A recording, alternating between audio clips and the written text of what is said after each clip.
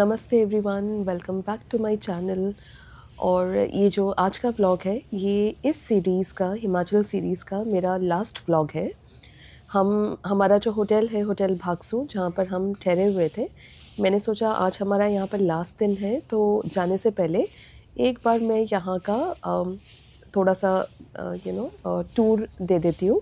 ये हमारा होटल का एंट्रेंस था और एंट्रेंस के साथ ही ब्यूटीफुल सा गार्डन था। तो यहाँ बैठ के हम कभी कभी चाय पीते थे।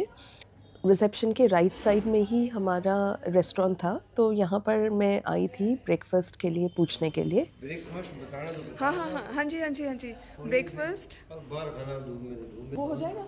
ओके, मैं बता ही देती हूँ इनफैक्ट ना, मेन्यू देख के। हाँ, बता दो हो जाएगा फिर। नमस्ते। रूम में लेना रूम में दे देंगे आपको। बंदर तो नहीं आ जाएगा? बंदर कहाँ आएंगे, बैठे हैं लड़के तो। ओके, ये भाजी होगा, परांठा होगा, बट टोस्ट होगा। मे बी एक गोभी पराठा, अच्छा, एक गोभी पराठा, 2 चाय और सो ये है सेमी डिलक्स रूम। यहाँ पर इन्होंने एक ड्रेसिंग टेबल दिया हुआ है, बैठने के लिए सेटी है। ये अलमारी में कुछ रज़ाइयाँ और कंबल दे देते हैं विद 4 हैंगर्स। एंड देन ये बेड है। ये हमारा ग्राउंड फ्लोर का रूम था। यहाँ से वॉशरूम है। वॉशरूम का साइज़ काफ़ी बड़ा है। ये वॉशरूम है और नहाने का एरिया सेपरेट। गीज़र सब कुछ इन्होंने प्रोवाइड किया है और टीवी भी है जिसमें लिमिटेड चैनल्स आते हैं। और ये हमारे यहाँ का बाहर का व्यू था।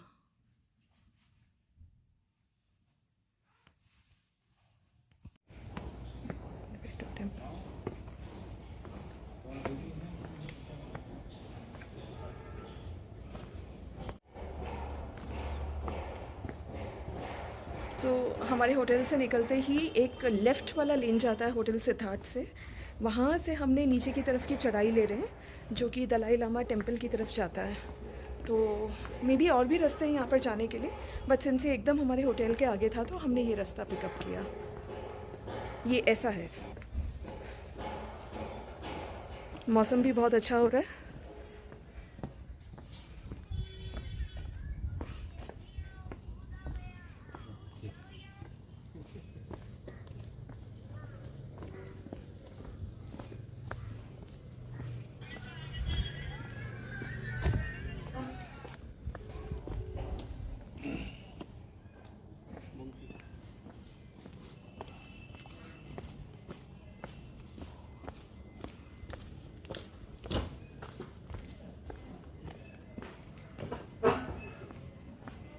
और ऊपर से उतर के ये जो नीचे वाली सड़क पे जा रही है, हमें ये लेनी है और आगे ही जाके वो टेम्पल आ जाएगा।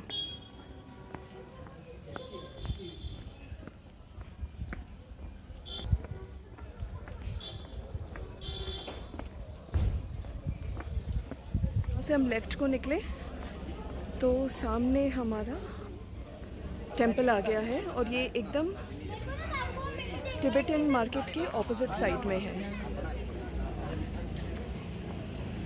ये रहा मार्केट एंड ये रहा टेम्पल।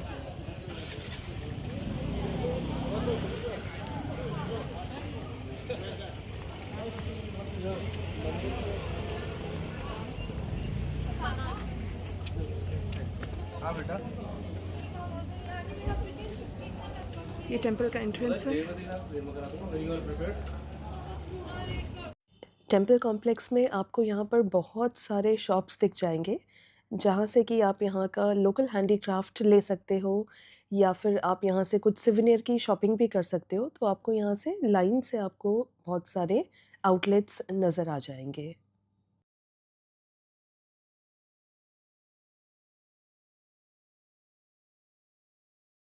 हिस होलीनेस दलाई लामा का असली नाम तेंजिन ग्यात्सो है और उनका जन्म 6 जुलाई 1935 को तिब्बत के गांव ताक्सर में हुआ था।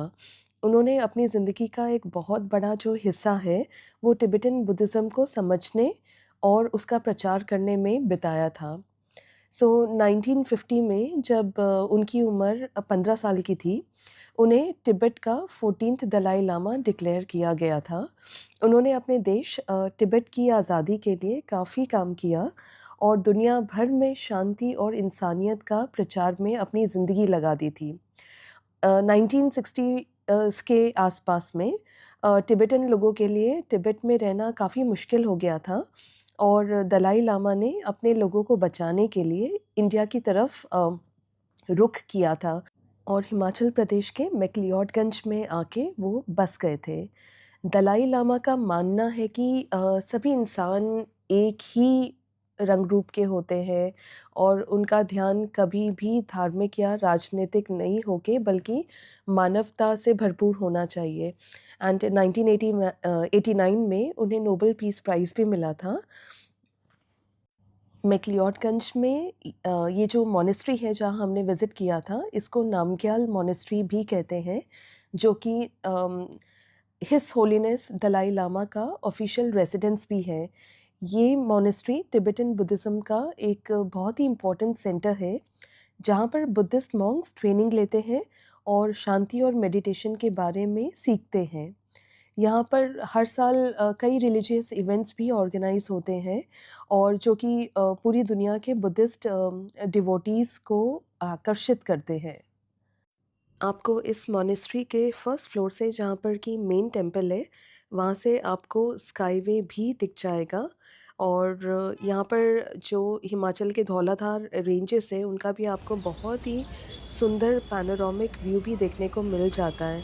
यहाँ पर मैं काफ़ी देर तक खड़ी रही थी और यहाँ से जाने का मन ही नहीं कर रहा था, इतना सुंदर व्यू था। यहाँ से देखिए आप कितने खूबसूरत धौलाधार रेंजेस नज़र आ रहे हैं। बहुत पीसफुल एनवायरनमेंट था। परिक्रमा करते हुए जब आप थोड़ा-सा आगे जाते हो, तो आपको यहाँ पर मनी प्रेयर व्हील्स आपको नज़र आएँगे, जिनका बहुत ही ज़्यादा सिग्निफिकेंस है तिब्बतन बुद्धिज़्म में।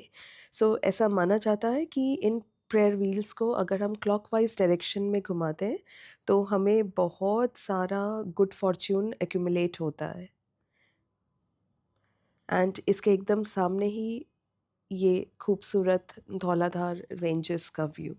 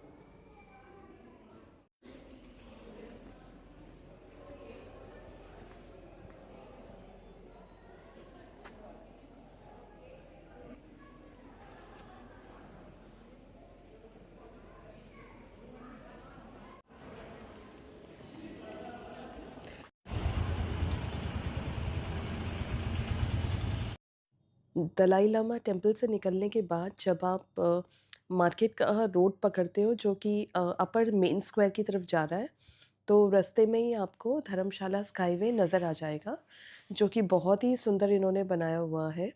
इसके मिनी व्लॉग्स आई थिंक आप लोगों ने मेरे चैनल में ऑलरेडी देख लिए होंगे, क्योंकि वो मैंने पहले ही पब्लिश कर दिए थे। तो इन केस कोई इस तरफ आ रहे हैं तो आप ये धर्मशाला स्काईवे का भी अ, आनंद उठा सकते हो। बहुत अच्छा एक्सपीरियंस रहा था।